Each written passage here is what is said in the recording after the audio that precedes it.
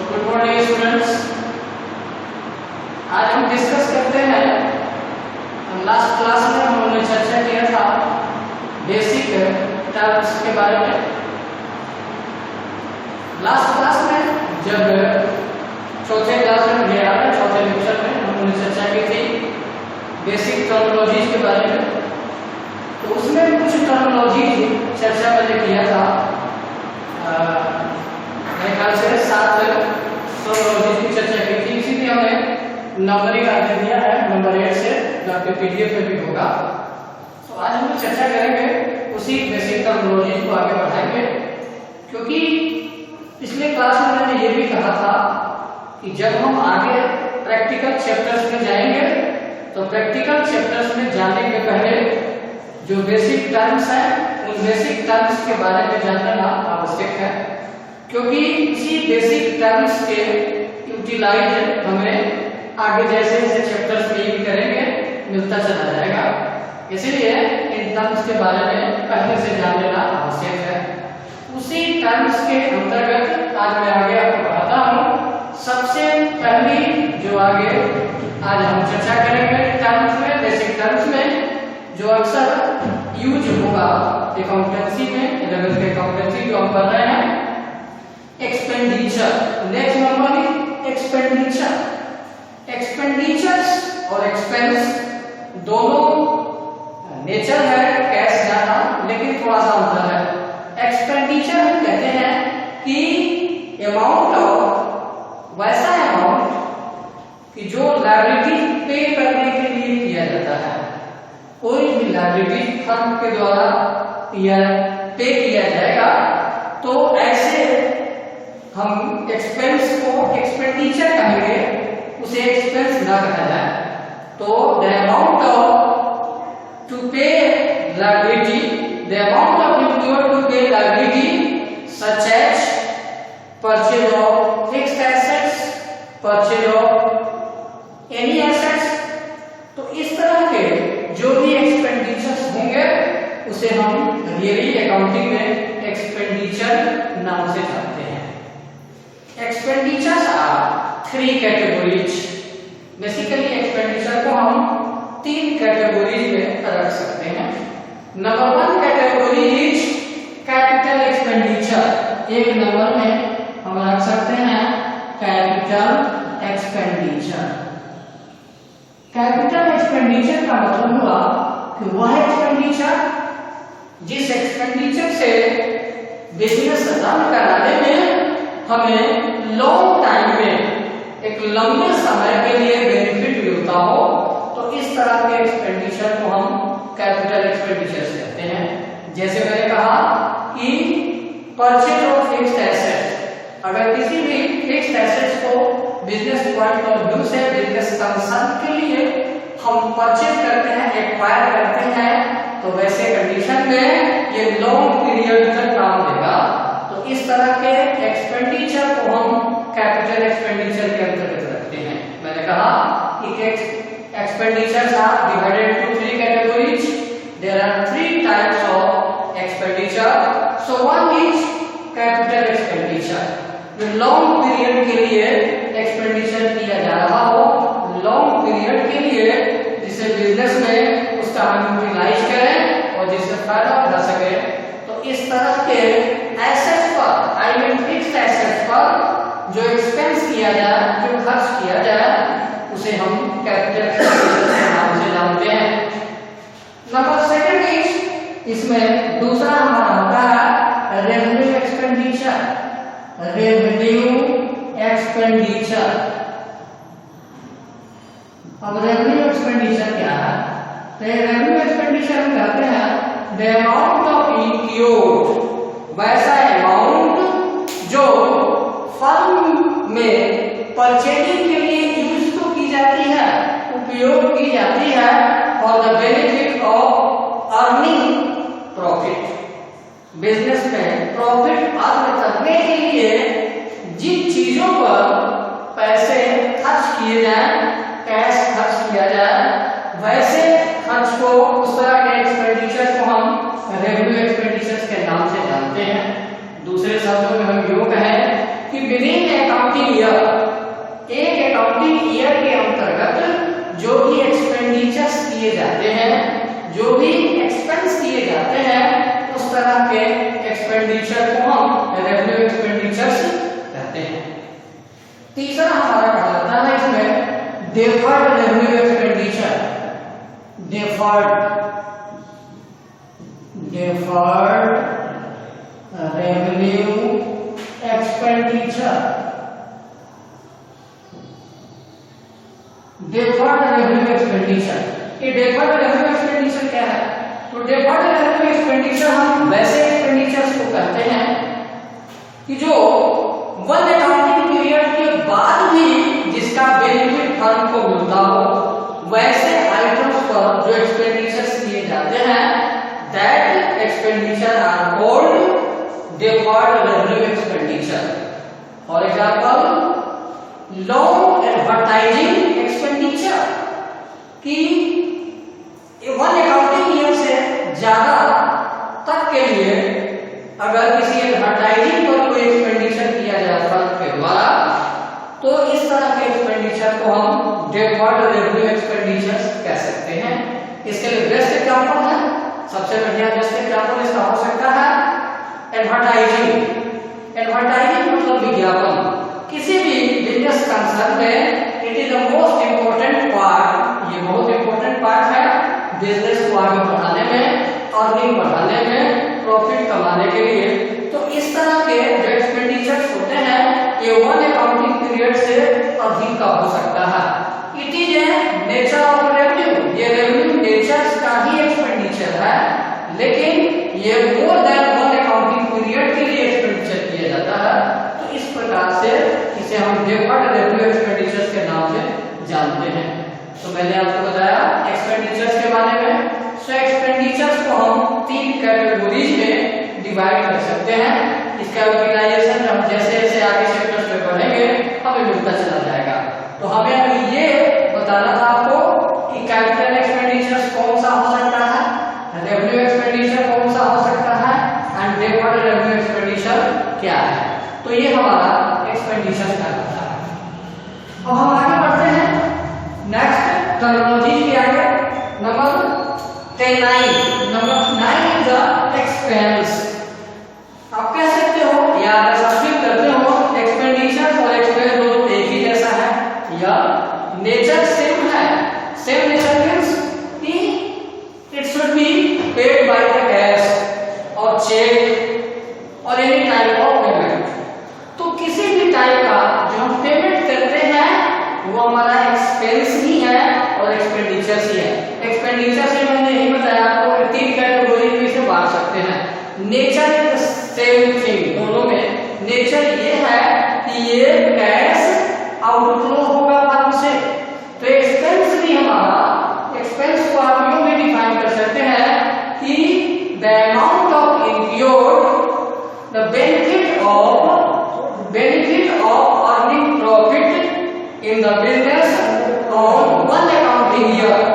एक accounting period के अंतर्गत जो भी खर्चे किए जाएं, एक्सपेंस किए जाएं बिजनेस कंसर्न में, तो इस तरह के एक्सपेंस को हम एक्सपेंस कर सकते हैं। इसमें भी दो तरह का एक्सपेंस होता है। आगे हम जैसे जैसे जाएंगे जानते चले जाएंगे। One is called revenue expense, जो एक्सपेंडिचर में आपने देखा है revenue expense, and the other is capital expense. Capital expense, revenue expense means those expense, वैसा एक्सपेंस जो कंटिन्यूअसली की जाती है फर्म के अंतर्गत, सच एज, इसका एग्जांपल हो सकता है like salary paid, wages paid etc।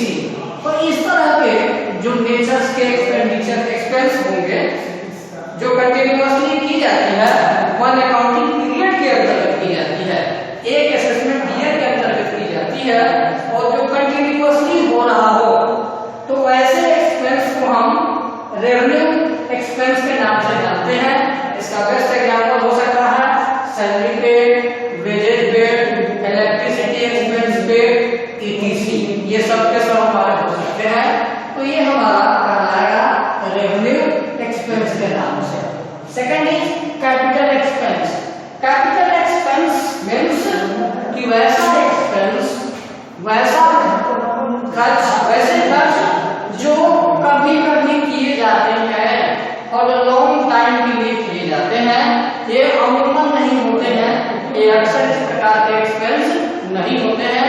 I mean continuously नहीं होता है।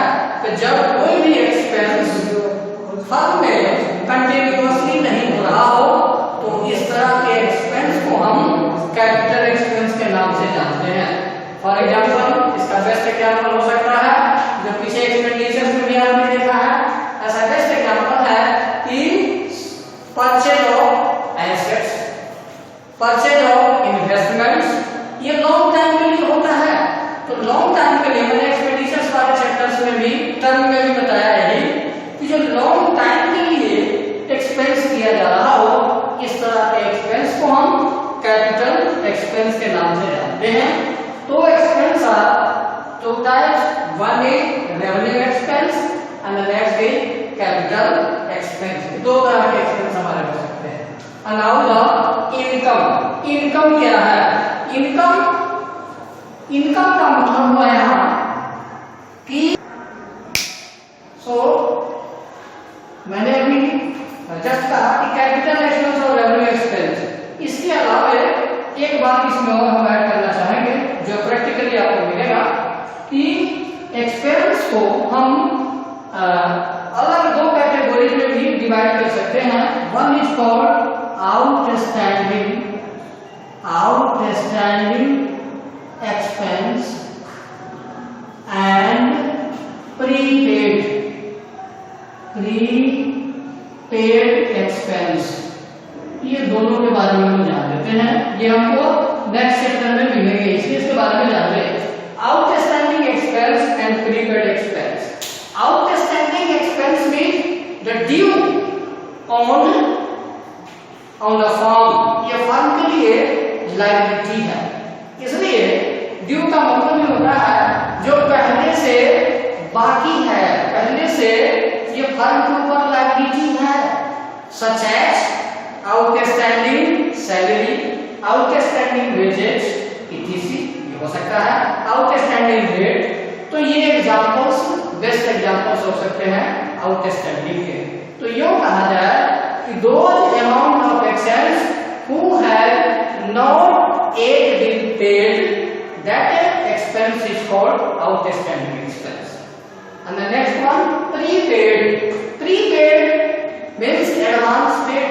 एडवांस पेड से यहाँ मतलब है कि कभी-कभी कोई ऐसे एक्सपेंस होते हैं फर्म में जो एडवांस पे किए जाते हैं, तो हम ये कह सकते हैं कि those expense who has paid to the advance by the firm. Suppose इसका बेस्ट एग्जांपल हो सकता है इंश्योरेंस प्रीमियम, इंश्योरेंस प्रीमियम सबसे इसका बेस्ट एग्जांपल हो सकता है।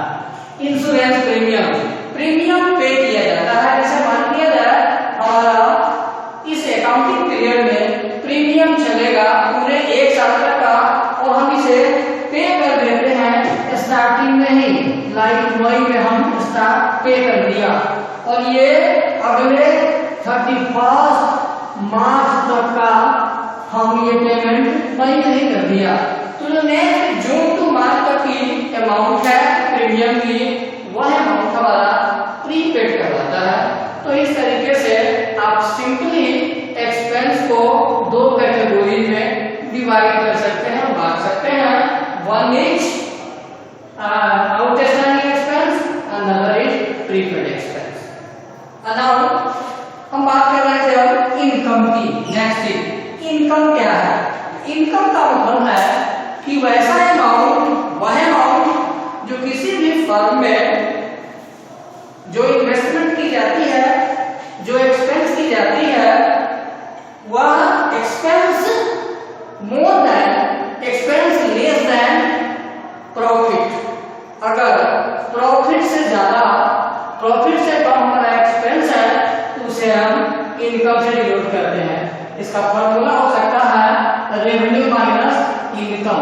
रेवेन्यू का मतलब revenue minus expense, that is called income. Revenue मतलब यह है कि फर्म में जो हम कोई भी गुड्स, कोई भी सर्विसेज परचेज करते हैं for the point of resale, resale के पर्पस से अगर कोई भी एसेट परचेज की जाती है तो वैसे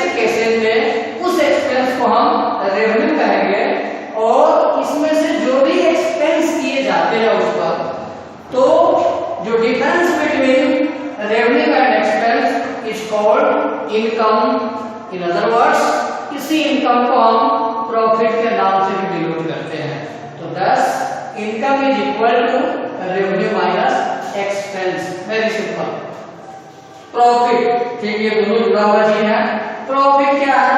तो प्रॉफिट का अर्थ ये हुआ कि बिजनेस कंसर्न में, किसी बिजनेस कंसर्न में जो गुड्स हम परचेज करते हैं, जो इनकम को मैं डिफाइन कर रहा था, जो भी गुड्स या सर्विसेज परचेज करके, सर्विसेज यहाँ ना कहा जाए, गुड्स कहा जाए, कि जो गुड्स हम परचेज करते हैं for the purpose of resale. Resale के ख्याल से जो भी परचेज की जाएगी गुड्स और उसे सेल की जाएगी, सेल करने के बाद हम कैलकुलेशन करते हैं, अकाउंटेबिलिटी, अकाउंटिंग इसका करते हैं कि एक अकाउंटिंग पीरियड के अंतर्गत, एक असेसमेंट पीरियड के अंतर्गत जिन गुड्स का मैं बिजनेस चला रहा था उसमें जितना हमने खरीदा और कितना बेचा, and difference between both expense and income is called profit. इसे ही हम प्रॉफिट कहते हैं और ये हम वन अकाउंटिंग पीरियड के बीच का निकालते हैं, एक अकाउंटिंग पीरियड तक का निकालते हैं, तो that is called profit. Now the gain. Gain भी ये इनफ्लो ऑफ कैश होता है गेन से। गेन भी वन अकाउंटिंग पीरियड के अंतर्गत ये कंटिन्यूअस नहीं है, ये इरेगुलर है। तो यो कहा जाए कि gain is a irregular income, not regular income, और this is non recurring nature income also. ये नॉन रिकरिंग नेचर का ये हमारा इनकम कहलाता है और ये not for operating profit, operating activities of business also, ये बिजनेस एक्टिविटी का नहीं हो सकता है। तो इस तरह के जो हमारे इनकम होंगे इसे हम गेन कहते हैं। सच एज डिविडेंड रिसीव्ड, ये कभी कभी मिलता है, ये अक्सर नहीं मिलता है, तो dividend received is the gain, ये फर्म के लिए गेन कहा जाएगा, तो हमारा गेन कहा जाता है। Next one loss. Loss very simple, firm के अंतर्गत तो expense is more than income. इसका सिंपल सा फंडा है कि expense is more than income is called loss and income is more than expense, that is called profit, जो पिछले चर्चा किया हमने। Next one purchases. Purchases means कि those goods who has purchased for the resale, for the purpose of resale or production of finished goods also। तो इस प्रकार के गुड्स जो प्रोडक्शन पॉइंट ऑफ व्यू से परचेज किए जाते हैं, सच है रॉ मटेरियल्स etc, और परचेज करने के बाद रॉ मटेरियल्स को फिनिश्ड गुड्स में चेंज करके उसे सेल की जाती है, तो इस टाइप के परचेजेज को हम एक्चुअल परचेजेज करते हैं, क्योंकि बिजनेस एक्टिविटीज में अमूमन ये परचेज का मीनिंग ही यही होता है कि रीसेल के लिए गुड्स को परचेज करते हैं, आइदर रॉ मटेरियल और the purpose of finished goods, and after that it will be sold to the market. तो इस तरह के गुड्स को हम लोग परचेजेज के अंतर्गत करते हैं। Purchases are basically, purchases are include two aspects.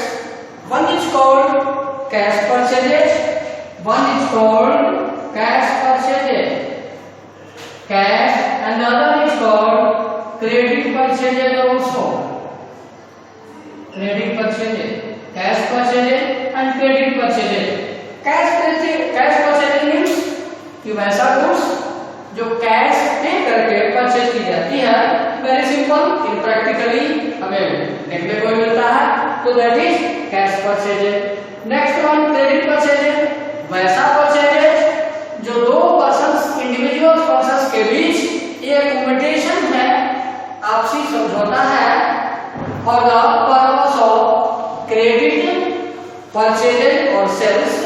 तो ऐसे कंडीशन में एक पार्टी दूसरे पार्टी से क्रेडिट डीलिंग करता हो, तो इस तरह के डीलिंग को हम क्रेडिट डीलिंग्स कहेंगे। और अगर फर्म के द्वारा इस डीलिंग पर कोई गुड्स परचेज की जाती है तो this type of purchase is called credit purchase.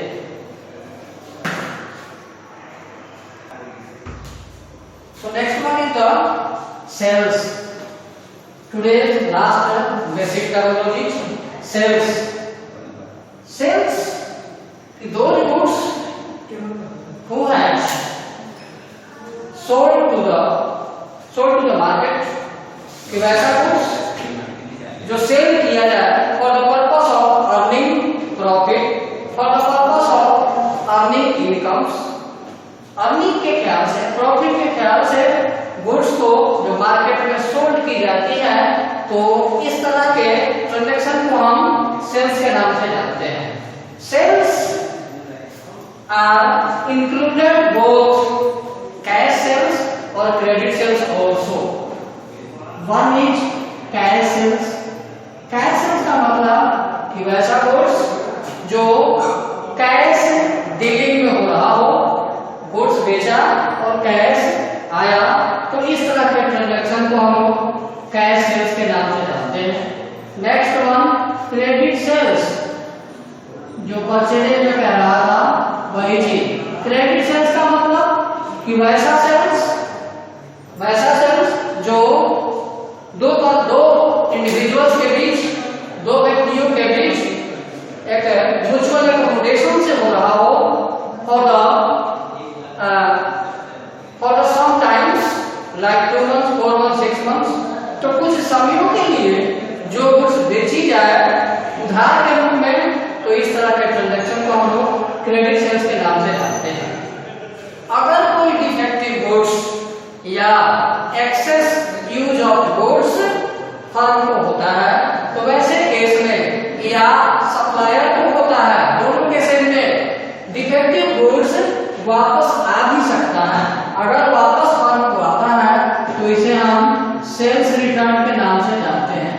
Sales return, either return inward, और ठीक इसका अपोजिट जो परचेज मैंने नहीं बताया कि परचेज रिटर्न नहीं हो सकता है, हम सप्लायर को परचेज रिटर्न कर सकते हैं if the goods are defective और the excess of use of goods also.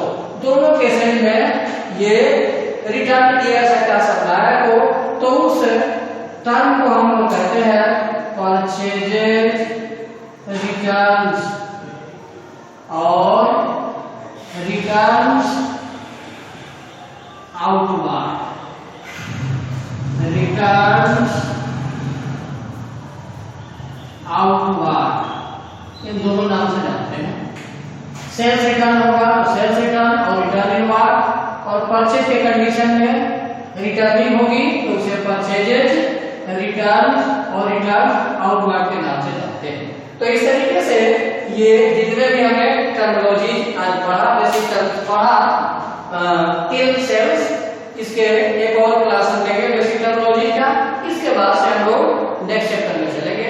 आपके लिए होमवर्क होगा, अगर इस पर आपको करना है तो जो भी बेसिक टर्मिनोलॉजी है इसको आप रीड करें, लर्न करें, समझें। कोई सवाल हो पुट करेंगे डाउट क्लास में, मैं इसका क्लियरिफिकेशन करूंगा। एंड नेक्स्ट क्लास हम लोग मिलेंगे द बैलेंस टर्मिनोलॉजी के बारे में। Thank you.